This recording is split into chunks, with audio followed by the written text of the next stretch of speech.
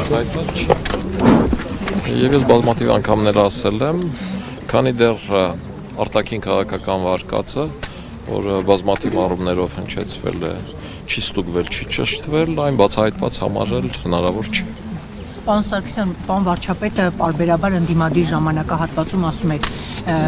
այս կբացահայտվի հոկտեմբերի 27-ը, եթե իշխանափոխություն լինի։ 7 տարի է իրենք իշխանության են, բայց փաստացի հոկտեմբերի 27-ը բացահայտված չէ։ Ով է խանգարում։ Եթե այն ժամանակ Սերժ Սարգսյանն էր խանգարում, Ռոբերտ Քոչարյանն էր խանգարում, հիմա ով է խանգարում։ Գիտեք, այն վարկածը, որ արտաքին քաղաքական հետ հոկտեմբերի 27-ի օժտագործության հետ կախված մեղրի տարբերակով այդ վարկածը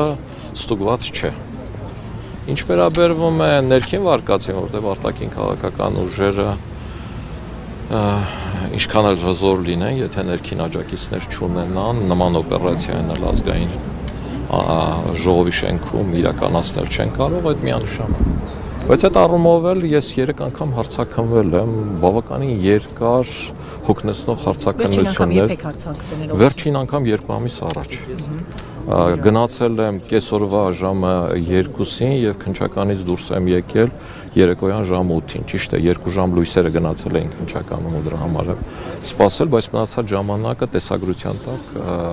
հարցաքննվել եմ։ Այստեղ բազմաթիվ խնդիրներ կան, որոնք վերաբերվում են նաև այն մարդկանց, ովքեր ցավոք սրտի այսօր չկան, զոհվել են կամ Հայաստանից բացակայում են։ Այսինքն ներքին օժանդակողներին գտնելու առումով էլ խնդիրներ կան։ Երկրորդ, գլխավոր ոչռագործը երբեք չի ընդունելու, որ իրեն ուղղորդել են։ Եվ իմ կարծիքով այն մարդիկ, ովքեր համարել են,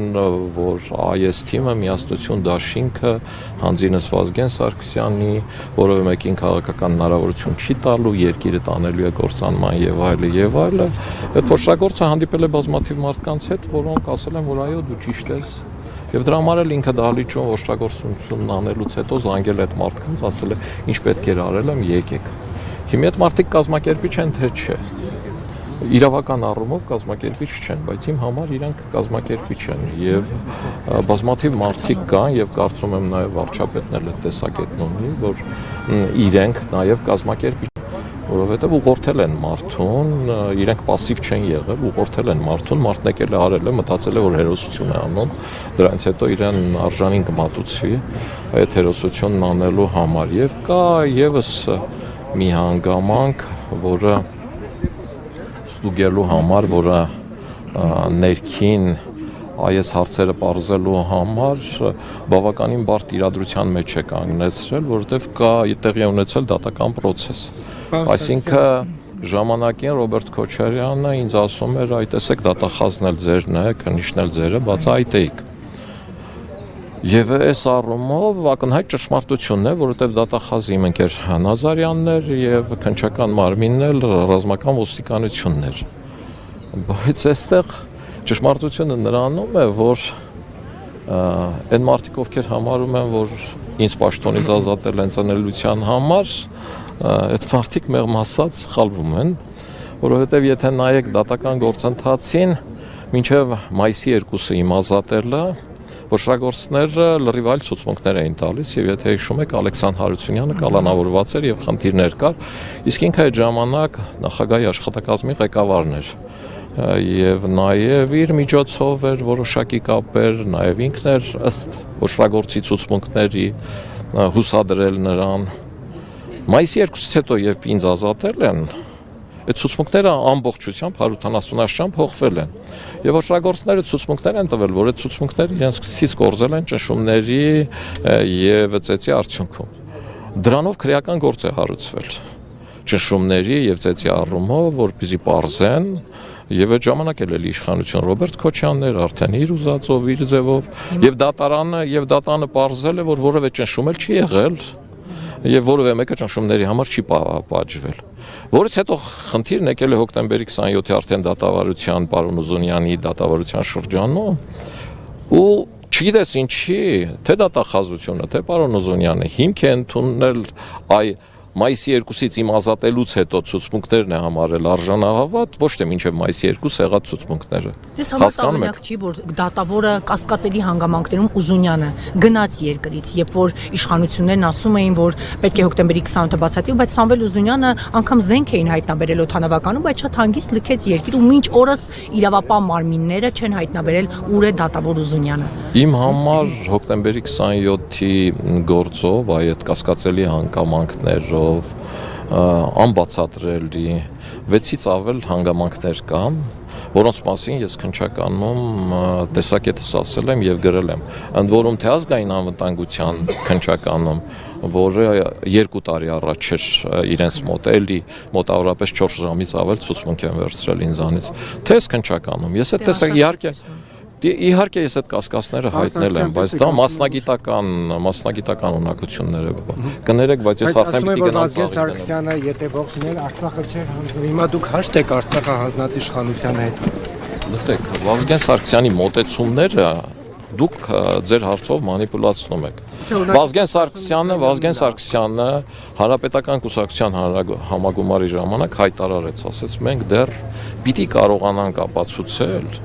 որ ճիշտը մենք ենք, ոչ թե Լևոն Տեր-Պետրոսյանը, որն էր Վազգեն Սարգսյանի տրամաբանության հենքը։ Վազգեն Սարգսյանն ասաց, որ ես գալիս եմ վարչապետ, որովհետև Հայաստանի տնտեսությունը չի հասցնում Հայաստանի բանակին, իսկ պատերազմն ավարտված չէ,